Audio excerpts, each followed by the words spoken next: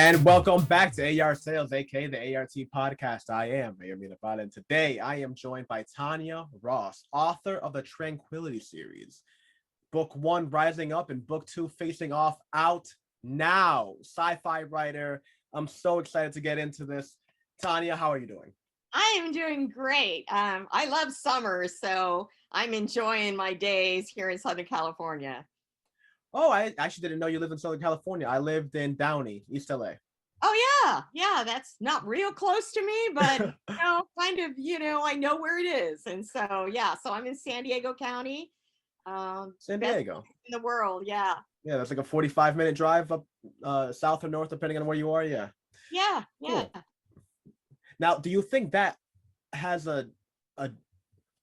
that alters your writing in any chance? Do you think it inspires you in any degree, being in the West Coast? Because I know being in the East Coast definitely inspires some of my writing.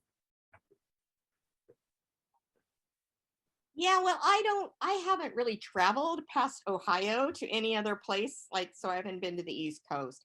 But I would say that Southern California and where I live, it is really my happy place. It is, my idea of the perfect place. So yeah, I mean, in many respects, the city and the climate that I created in my books, sort of has that vibe that, everything is a comfortable environment kind of a thing, So yeah, I would say it definitely did. And when I grew up here, I actually live in a small town called Escondido. Not so small anymore, but when I grew up, it was like Camelot to me. I mean, it was just the most unbelievable, amazing place. Escondido Beach.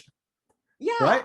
It just was wonderful. And so, taking that kind of, idealistic vibe really helped me when I was, creating what I created in my book. So yeah. No, that's really interesting because Escondido literally means hidden in Spanish. Yes. So the fact that you equated it to Camelot, I think that's such an interesting concept just in itself. But again, yeah, I really believe that I'm a huge movie buff, right? If you look at directors a lot, and obviously directors grow up and they'll start going to different locations, but a lot of their movies seem to always originate around where they're from. Yeah. Like Tarantino loves going around different set places, but he loves staying around LA. That's like where he grew up. So when he wants to like inspire that feeling of nostalgia, that's where his mind goes to. Exactly. So I think that translates into a lot of different writing. And you look at Frankenstein, you look at all these things, all they originated from things, even Hogwarts, that was still London. She wasn't writing about in India. So like, it's still like, I think your own nostalgia is tied to your own environmental upbringing or where you feel the most comfortable. I think that's a good way to play it. I think that's true. And I think that just really kind of bleeds into, all of those nuances that, you try and set up as atmosphere, almost subconsciously. Yeah. Now, going off of that, as far as the environmental goes, how did your start in writing begin? Was it something that happened at a young age, or did it develop when you matured a little bit more and could understand the craft and like really appreciate it? Okay, so I'm a teacher by trade. I'm now retired, but I taught history and I taught English, language arts to middle school kids. And so I did a lot of writing instruction. And so my dream was always to be able to write, a book, a novel. And so unfortunately, because of the pressures of the job, raising a family, just doing all of the things you need to do to live, I wasn't able to actually jump into my dream, until I retired, because teaching is it's just an all-encompassing thing. I know a lot of people don't understand. They think that maybe teachers walk in and walk out at 3. But it governs your whole life pretty much, because it has all kinds of things that are attached to it, like planning and grading and all of those things. So I didn't have the luxury of being able to become a writer until I retired. So I've been retired for 4 years, and that's when my writing journey began. So like the summer before I retired, and I knew, but yeah, almost the minute I walked out of the school for the last time, it's like, okay, I'm no longer a teacher, I'm a writer. Wow. That's such a that really is such an amazing feeling. I did something kind of similar. I left my job, and like just that feeling of like the first time that somebody paid like $1 for my work, I was like, all right, this is official now. Because you know, like the whole like adage of like you're nothing and like you're not really that professional until you get paid for it. Like you're not a professional until you get paid for whatever that is. So just even that $1 was like, oh wow, I'm like an author now. This is the thing. Yeah. I can like tell it now when I go to immigration and like the airports or like somebody asks me, it's like, oh, I'm an author. Huh. That's like a weird, it's like a weird feeling. Yeah.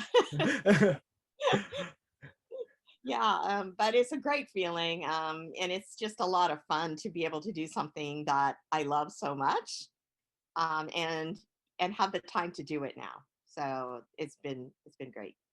Now, did you know that sci-fi was going to be your forte immediately, or was it something that you kind of experimented around with and your heart just seemed to lay there?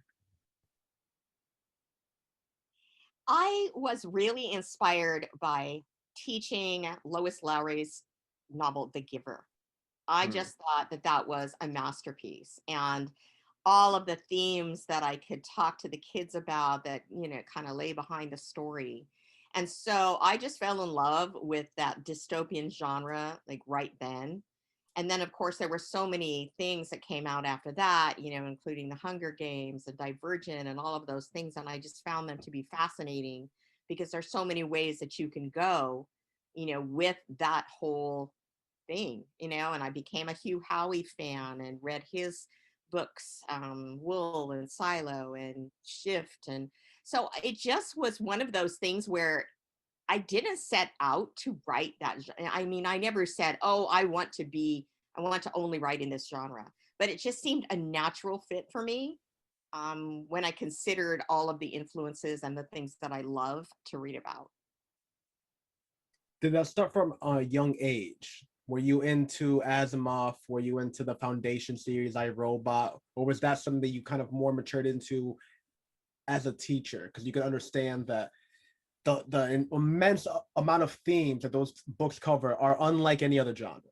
Not Right. trashing other genres, because writing is writing and writing is beautiful, but there's something about that that just speaks to our own future when people that write these crazy dystopian pieces can kind of pick up on the negative aspects of our society and then just turn them up to 11 and see what would happen if we only focused on the vanity side of things. Yes.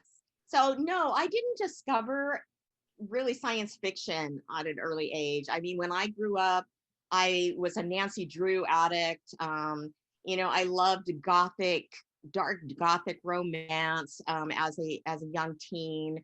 But I read a lot of the classics too. Little Women was one of my favorites.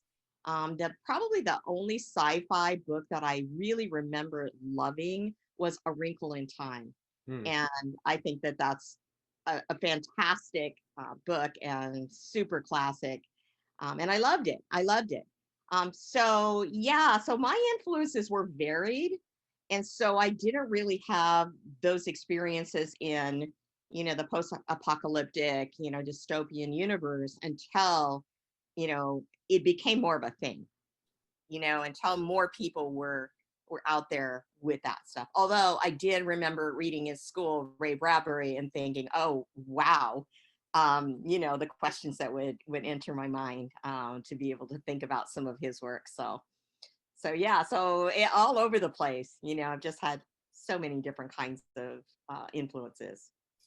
Now, what about in the reading that you would have to do for school back in when you were Back in the younger? dark ages. No, I was gonna say back in the days, but I Yeah. was like, uh, were you reading the type of dystopian? Like, were you at all influenced to dystopian then? Did you read A Brave New World? Did you read 1984? No, those none of those were introduced to me at all. I grew up in the 60s and 70s. I know I'm really dating myself here, but no, those were never assigned.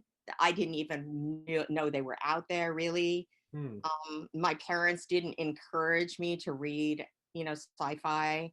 They kind of frowned on that. I can even remember, the campy little show Lost in Space, that came on, and my parents were like, "Oh, that is the most stupid show. We're not watching that." So, so I was really kind of discouraged from writing or reading even sci-fi. It just wasn't something that was on the radar. Hmm. Now, you said that you grew up with the whole Nancy Drew, and that was kind of like your first initial love of writing. When do you think that love of writing became, instead of just like a simple escapism, instead of just a thing to pass the time? When did you realize like the true power of writing? When you read a passage that actually echoed within your soul, and it's something that you almost live your life by, and you remember frequently.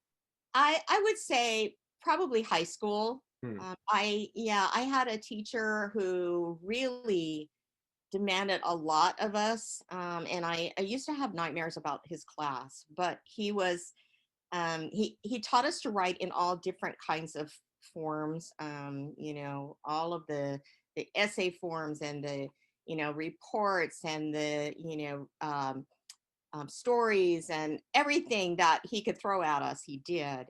And so I remember feeling really empowered when I would write something and get it back and having such glowing comments on the paper.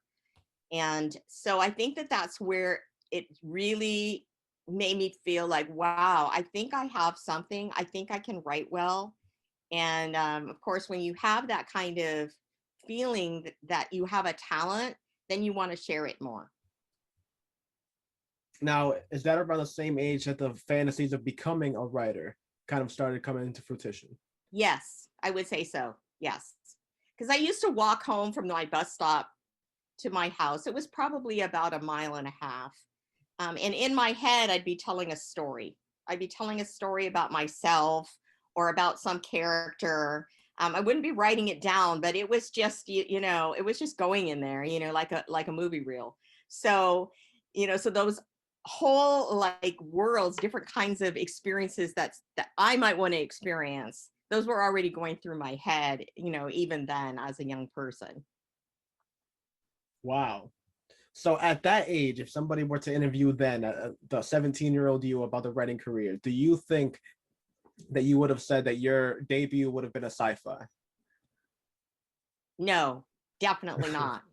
I probably would have said, either a mystery or a mystery romance, probably. Now, do you think those elements are still within your writing, the mystery and the romance? Absolutely. Yeah. Um, these may be sci-fi books, but there is a huge thread of romance that runs through them. In fact, I really call my genre dystopian romance Hmm. because there is a huge, there's a big love triangle in this. And kind of a push and pull between those characters, and that's one of the most fun parts for me to write is between these two male these guys over this girl. So yeah, the romance is super huge. And then unlike many dystopian books, there really is a mystery that happens in book number one, for the main character, Ember, to discover. She doesn't really know what's going on in her city until she starts to find little things that don't make sense, and she has to figure those things out. So there is a big question mark in Rising Up. What is really going on here? Now, without getting into too many spoilers, can you go into a little bit more detail on that? What is Rising Up about to the people that haven't looked into you yet? And if you haven't, make sure that you do. Tanya Ross, Amazon author. I saw your links up on Goodreads as well, right? Yes, I'm on Goodreads as well. Rising Up and Facing Off out now. Pick up a copy. Paperback and ebook are available. It's also on Kindle Unlimited, correct? Rising Up is on Kindle Unlimited. Yes. So make sure to go ahead and do that. Now, without further ado. So yeah, so the main character, Ember, she's a beautiful 16-year-old. She lives in a city called Tranquility. It's a domed city, and it's 100 years from now in the future. All this sickness has been eliminated, and everyone in this place agrees to live there with certain conditions. And that is that they have to wear something like a smartwatch on their wrist. It's called the ALT. And the ALT measures their emotions. And the emotions that they have are supposed to always be happy, positive. They have to work on those things because the points that they accumulate on their ALT determine their status in their society.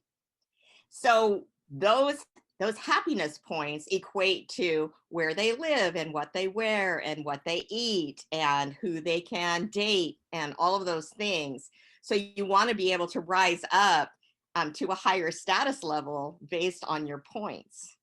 So in Amber's situation, she has a complicated existence. She's kind of reclusive. She lives with her mom only. And she's reclusive because she's an empath. So she picks up everybody else's emotions, which complicates her alt readings. It complicates what her, what her device is picking up from her. So she kind of isolates herself. And then something happens to her mother. This is not really a spoiler. It's right at the beginning of the book where her mom gets sick. And this is like, no one gets sick. I mean, it's just doesn't happen. So her mom not only gets sick, but she dies.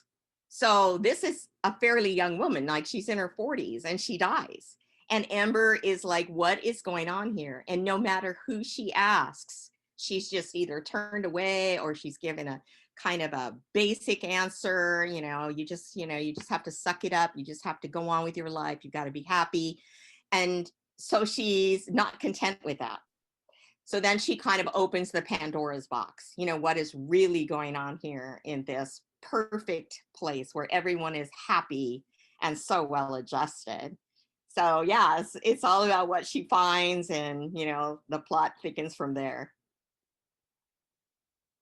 Damn, that's really interesting. I could see and hear all the dystopian influences that you have, all the different elements that you're putting in there, the way that it could go.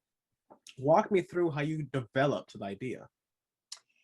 Okay, well, I guess one of the main reasons why emotion is so important in my life is because I have a son who is mentally challenged. He's got something called Fragile X syndrome.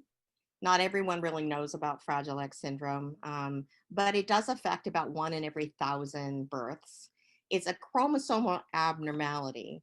And what happens with Fragile X is the emotional, I don't know, I don't know quite how to explain, but the emotional register goes all over the place. They can be really happy at one moment and then something will trigger it and they'll, and he'll just go off. So we've worked really hard in our family to try and make sure that everything stays calm and even. And we've had to teach him coping mechanisms. We've had to give him medication, all of that. And so I've lived with that ever since he was born. He's now 33. But the challenge is daily to be able to, meet his needs emotionally and to make sure that he kind of stays stable.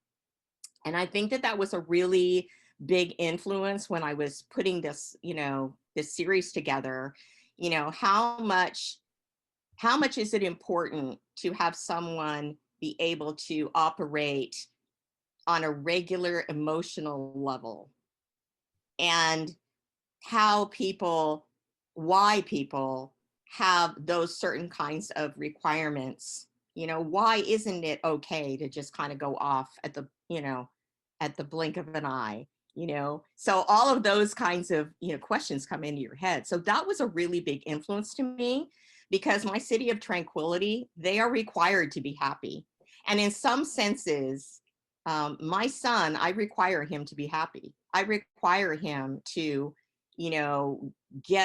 get normalized when he's upset. I require him to think about what he's doing and saying and all of those things. So that was a major influence in my subconscious, I think, almost more than anything, that made me create this fictional place where everybody strives for that. Everybody strives to be happy all the time and to control their emotions.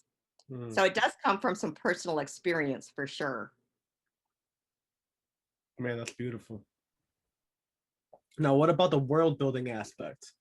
Would you say that your world is a futuristic world or is a fantastical world? Meaning, is it just if you were to take 2016 and just go to 2050 with a couple new elements of technology brought in, or is your place a completely different place?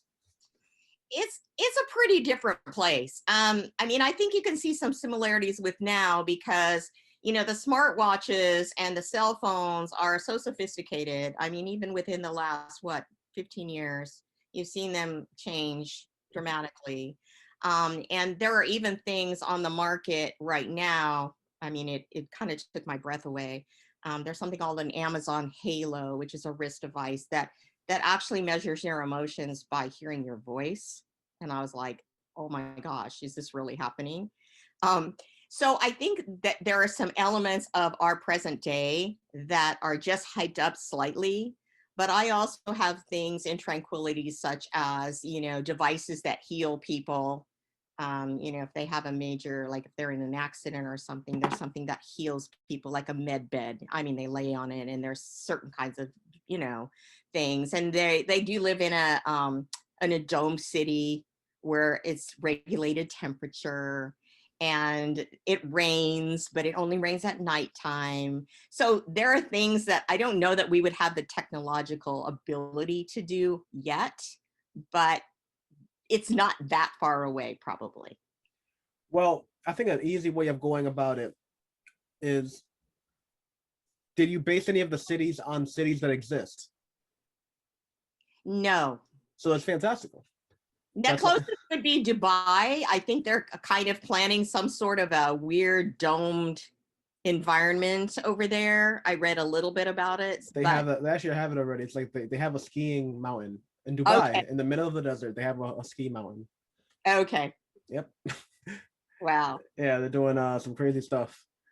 But again, I think that's like the awesomeness. I mean, that's like the cool part why I love sci-fi so much, because in reality, if you look at it from like a philosophical standpoint and you like sit back, in reality, it is the same thing as like the religious fantastical works, but that predated it, because in one you were looking at God as the answer of everything and doing as much as you could in order to get your devotion, in order to get XYZ done.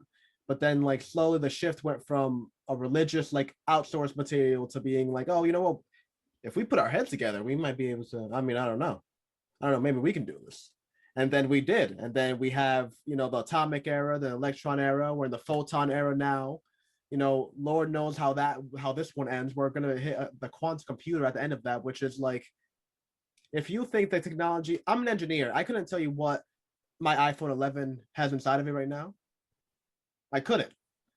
What happens in 10 years? I mean, technology is going to get to the point that it's going to like merge back to the religious thing, because we're not going to understand how it works anymore, but everything is going to be on it. All the energy, everything's going to be derived from it. I can't even remember what. I went to go do something with the DMV related, and you had to use your smartphone for it. Yeah. Imagine that. Yeah. Everything is connected to your phone anymore.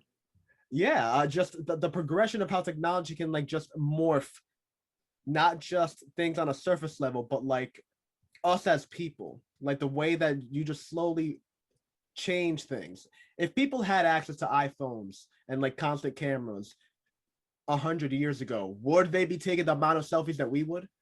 I don't think they would. Yeah, that's an interesting question. Yeah, maybe not, because right now it's the new thing, so everybody's on it and going, wow, this is really cool, and being able to do it is so so fresh. Yeah, like what? 20 years ago, it was a personality trait to be into photography, meaning not everybody was into it. Now everyone is a photographer. Yes. Everyone knows about filters. Everyone knows the right angle in order to get the most XYZ. It is just insane, the level of progression, and everyone's really good at Photoshop. Like Photoshop used to be like a thing. Now everyone knows how to do a little something on their phone. Just the progression of things. Do you ever take in that aspect into your writing? And do you think it makes a difference for your sequel? Like, is there going to be that level of progression between rising up and facing off? That a new technology arises that dramatically changes the outcome of the characters?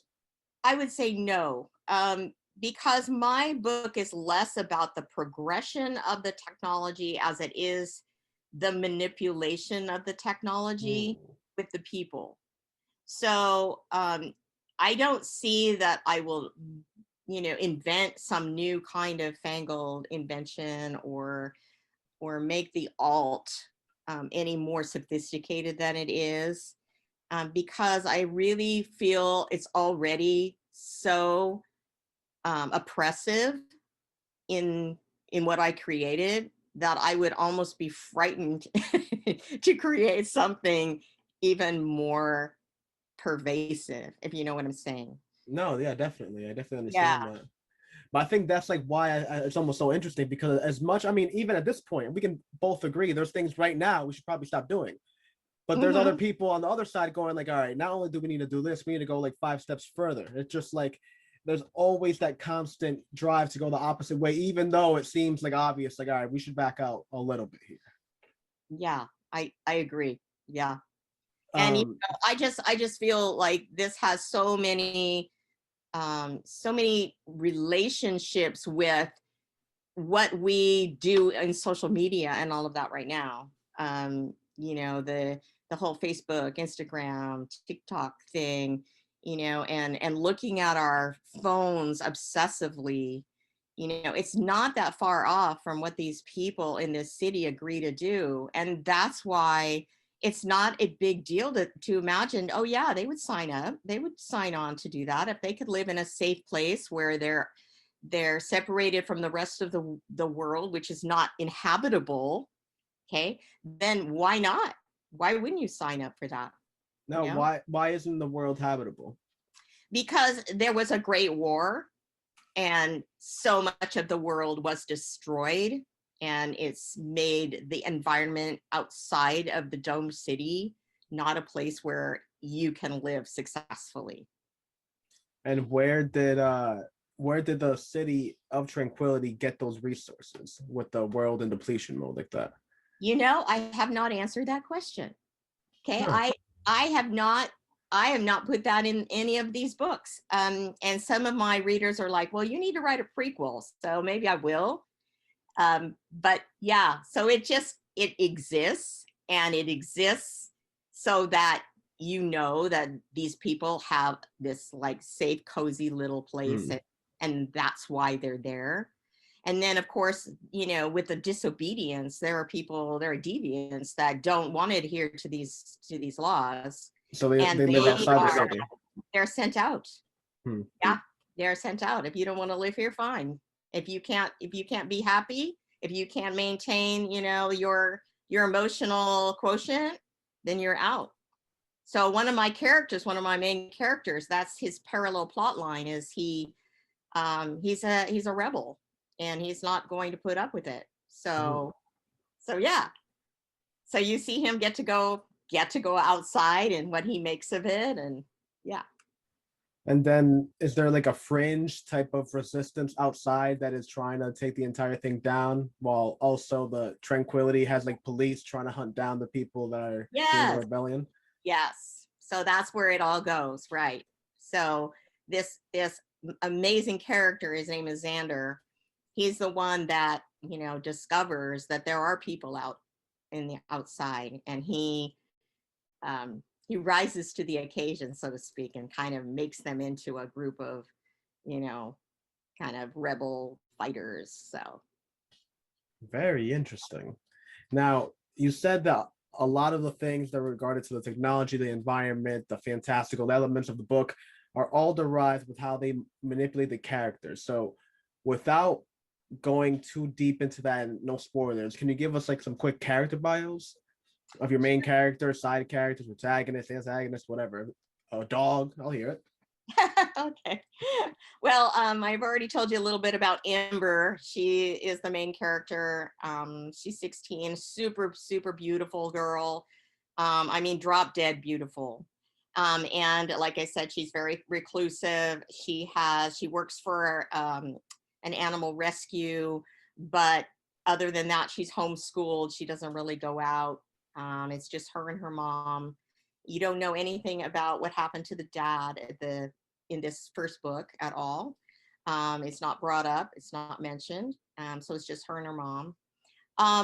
Character number 2, his name is Will, and he is a very ambitious and yet super humble guy. And he ends up doing something amazing and becomes a successful part of the government in the city. And he's pretty proud of himself that he's attained this level that he has, his status level. But he's just a good person. You know, he really wants to help people.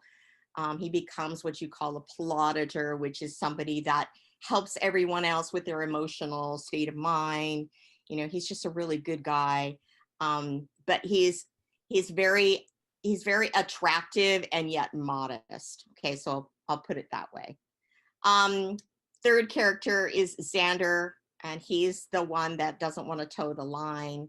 He'll do everything he can for negative attention, including at the beginning of the book. You know, he just dresses like a rocker, puts on the eyeliner, makes his hair crazy, wears flamboyant clothes, which he's not allowed to do, and is very sarcastic, extremely egotistical, and is my favorite character of all. And then we have the magistrate, and the magistrate is super key. He is the leader of the city, and he's a very dark individual. You don't really get into how dark he is until you get into book number 2. But some of his character is revealed in book number 1. He does not have to wear any alt device because he is in charge of the city, and that would interfere with his ability to govern effectively, he feels. And he is judge, jury, executioner kind of thing in these books. So everyone worships him, thinks he's the most amazing leader they could ever possibly have. He's probably in his, I don't know, maybe late 40s, early 50s. Attractive. He doesn't look like he's his age. And yeah, so those are mainly the main characters. Well, everyone in this book is attractive so far, so I'm trying to think of like what is the gauge. If everyone's attractive, like what is ugly over there? Yeah, well, evidently there's something in the water. Yeah, I don't think there's too many ugly people. I do mention, you know, some of them that have, you know, that have less than, you know, perfect bodies, and things like that. But you really are pretty much looking at these main characters and the people that they interact with. Some of them are maybe, you know, not as tall or not as, you know, not as pretty.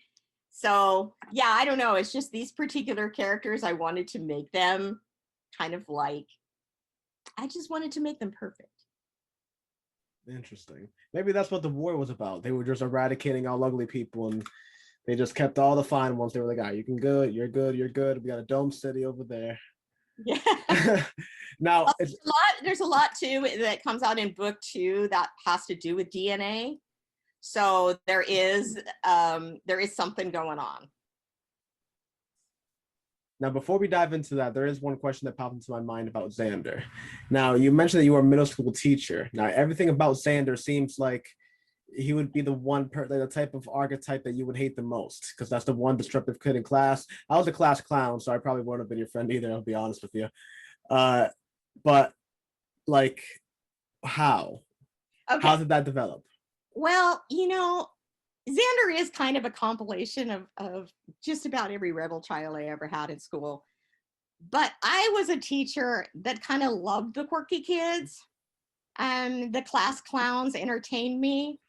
You know, the rebels, it was all about, okay, so how can I reach this kid? How can I get him to turn around? They always appealed to me. And I found that kids that were different gravitated to me for some reason, I guess because I was really accepting of who they were and who they were trying to be. So I think in this book too, one of my themes is that you need to be who you are. You need to accept yourself for who you are, because everybody is different and everybody's different for a reason. So I am not an anti-rebel kind of a teacher. I always just love those kids. That's funny. Now, where do you think that you drew the inspiration for these other characters? Amber, where did that idea come from? Where did the idea of Xander come from? Um, your antagonist, your protagonist. Where did you get the inspiration from? Was it a pure derivation of the plot, meaning like, all right, well, I need this to happen so I can, here's the flint and here's the matchbox? Or did you just create these characters and then the environment kind of flourished out just by creating them? Well, I knew I wanted my main character to be a female. As far as Ember's personality, I really feel that she was more like me at 16, inside, because I was very shy and I didn't feel confident when I was out with a bunch of people. And I think that that's not necessarily uncommon at that age. I think there are a lot of kids, some that even hide it well, that are not very self-confident, that are still trying to find their place in the world and, measuring themselves against other people. And so Amber's personality is very much me. I'm not an empath, but I was always really sensitive to people too, and what they were going through. A lot of people talked to me because they felt that I was open. So I really think that she's kind of me in sort of a warped way. So she was pretty easy to put together because of that, because I can really feel her. Will, I needed to kind of a Jesus figure. So that's why I made up Will. I took his appearance from actually a former student who was really attractive and popular and just gregarious and had that integrity too. So I just kind of built him around that person. And of course, he's really not, I mean, it's not truly that person, but I used that person as an inspiration. But I needed somebody that would be that way, that would be modest and giving and yet attractive. So that's where Will came from. And then Xander, like I said, he's just a compilation of every rebel kid I've ever had. I also happen to love Adam Lambert, and he's kind of like in my subconscious, that was kind of a Xander template for me. Even though Xander's not gay and Adam Lambert is, of course. But yeah, so I took that, and then the magistrate, I just wanted to create someone that was so awful, and yet so deceptive, in terms of being able to convince people that he was someone good. Like President Snow. Yes, yeah, he was someone good, but he's really dark to the core. And yeah, so that was just pure fantasy, pure fun for me. And he just gets darker as you get into book number 2. Book number 1, you get to hear his point of view only from his journal entries, and in book number 2, he has actually his own chapters from his point of view. So you get to explore where his mind really goes. Wow. So we've kind of been walking towards it. What is the plot for Facing Off? Again, without getting into too many spoilers, but what is going off? How does the plot advance into Facing Off? Okay, so as I explained, there is a rebel group, and that rebel group comes together with Ember and Will, in kind of a bizarre way at the end of Rising Up. And they proceed to want to create this revolution in the city.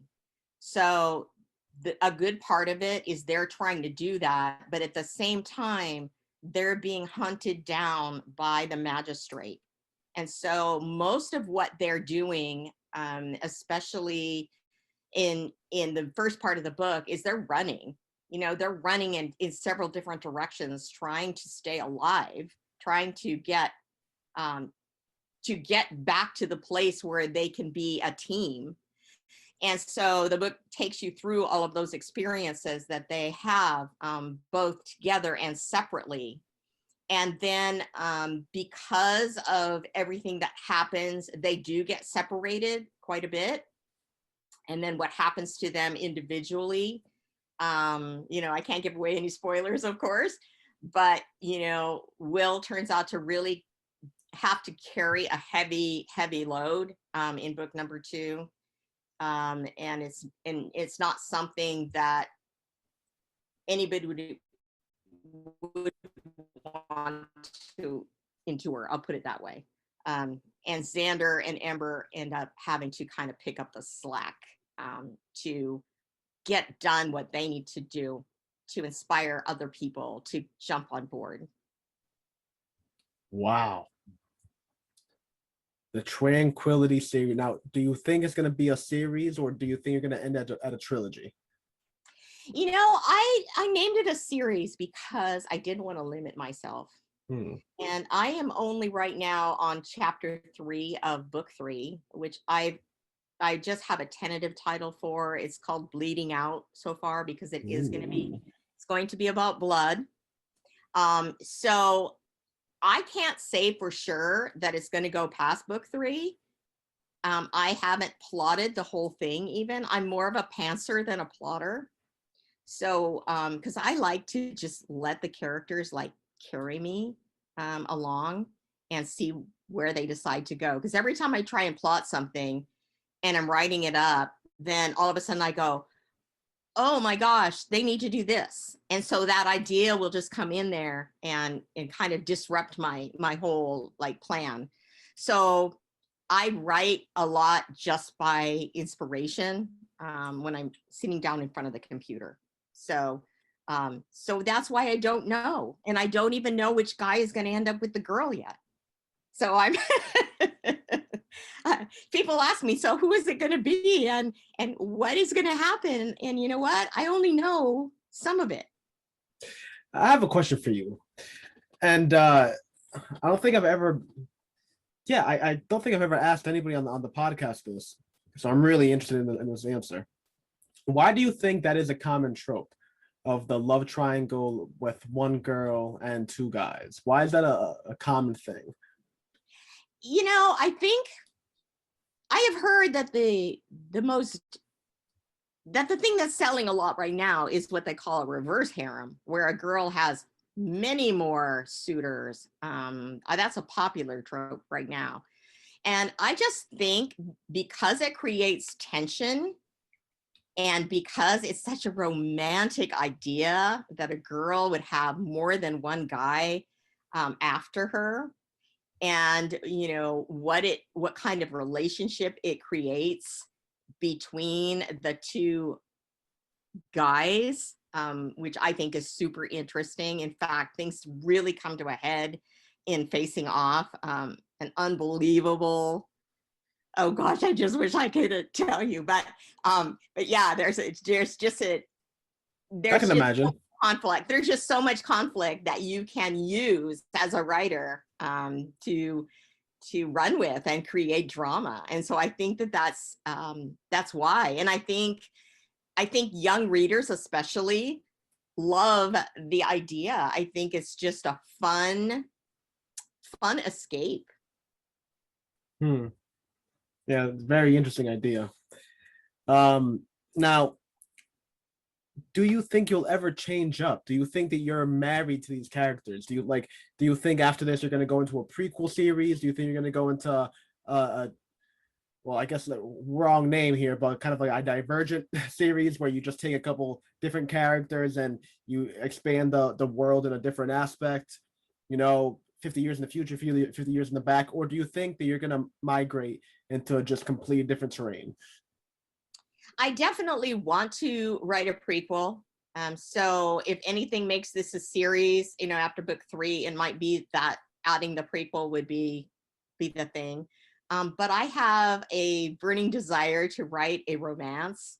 as well, because I have enjoyed doing that part of this series so much that I think it would just be a fun thing to do, to, you know, come up with a storyline and have a happily ever after, and not so much of the, you know, the dark and the mystery and all of that kind of thing. So yeah, I just kind of want to maybe write something light and fun and, you know, and romantic. Now, I have to say, because I'm a huge fan of your titles. I mean, Rising Up, Facing Off, and Bleeding Out. Jesus. I love, and honestly, I love how it's like almost ironically labeled the Tranquility Series. I mean, that sounds like the opposite of tranquil, any of those things. Facing Off and Bleeding Out sounds like the opposite of tranquil. Yeah. But again, I love that dichotomy because as a reader, it makes you think, well, there's obviously a tranquil aspect of this, though. So Yes. what is the tranquility of, you know, bleeding out? What is the tranquility of facing off? Again, Yeah. I love that. I love that dichotomy. Well, you know, the people are happy.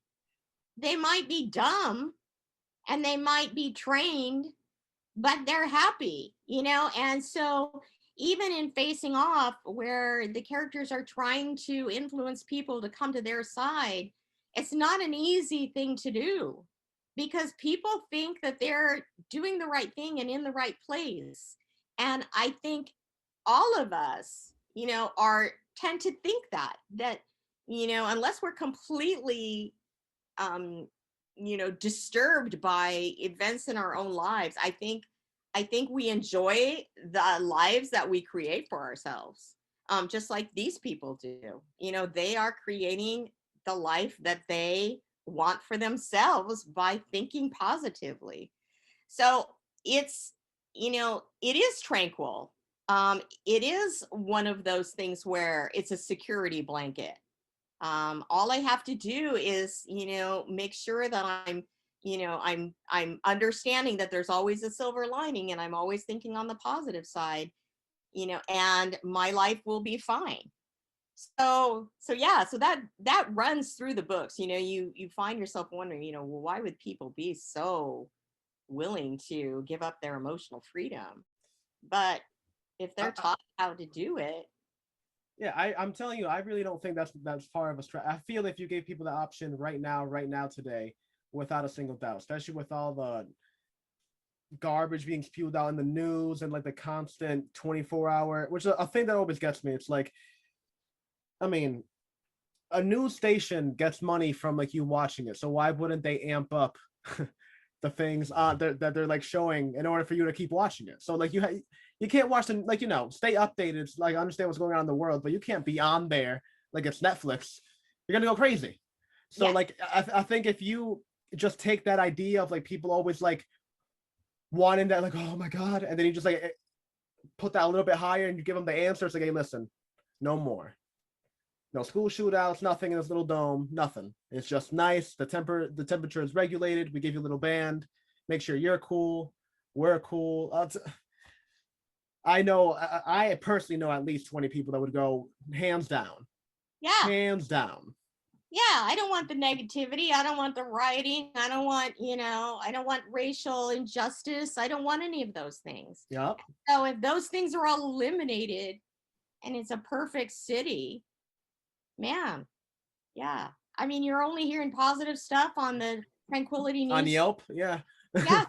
Yeah. It's all happy talk. It's all good. Yeah, and of course, because just knowing how dystopian works, you know that the negative is just being like, you know, hushed down to a little sliver over here and being contained, so nobody knows about it.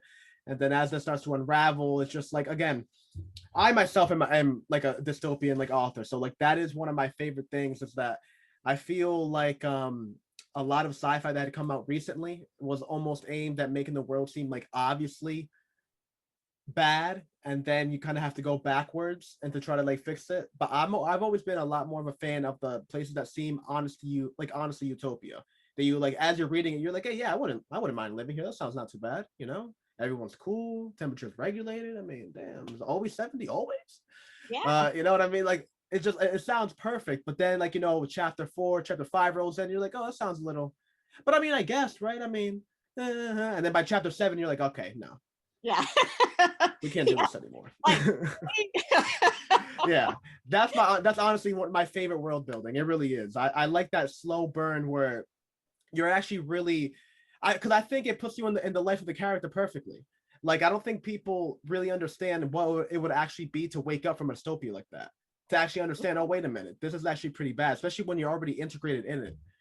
So I think that type of slow build, it like brings you, it makes you feel what the character's feeling, where like, yeah, it's not too bad, and then you slowly start, okay, this is kind of weird. And then right. when that rebellion spark finally comes, you feel a justification for it, because now you understand the reasoning, and you understand, like, one, how hurt you would be to realize that everything you knew was a lie, but three, also realize like the negativity that's like making on the world and all these crazy aspects. I mean, I love it. I'm all for it. All for it.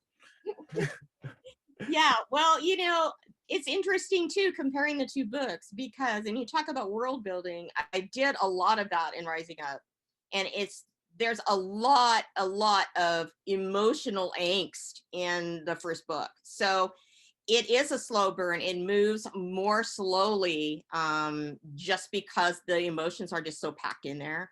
And then book number 2 is just like bam, bam, bam. I mean, right out of the chute, there's stuff just happening right, left, and twists and turns of the plot, and all kinds of things. So you go from this like kind of a slow, oh my gosh, this is really cool, but kind of not. And I want to figure out what's going on here and who's going to help me. And then all of a sudden, everything hits the fan, in book number 2, and it's a scramble. So yeah, I absolutely loved writing the second novel. It was a blast. It was so much fun. God, well, I love just hearing about you being excited about hearing about.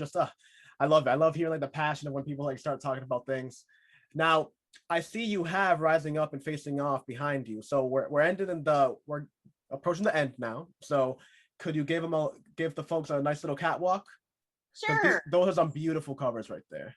Thank you. I have an amazing cover artist. She is so Yes, talented. Um, honestly. rising up, facing off.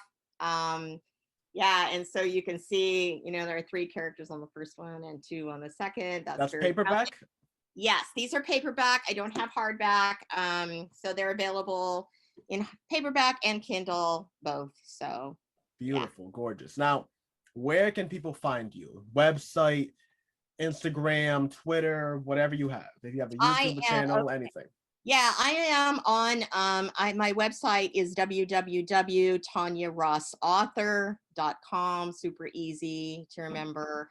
So you can see my books and read all about me and them there. I also have a couple of book trailers too, which are really cool. And then I'm also on Instagram as TJ Ross Author, and I'm on Facebook as well, Fiction Author 54.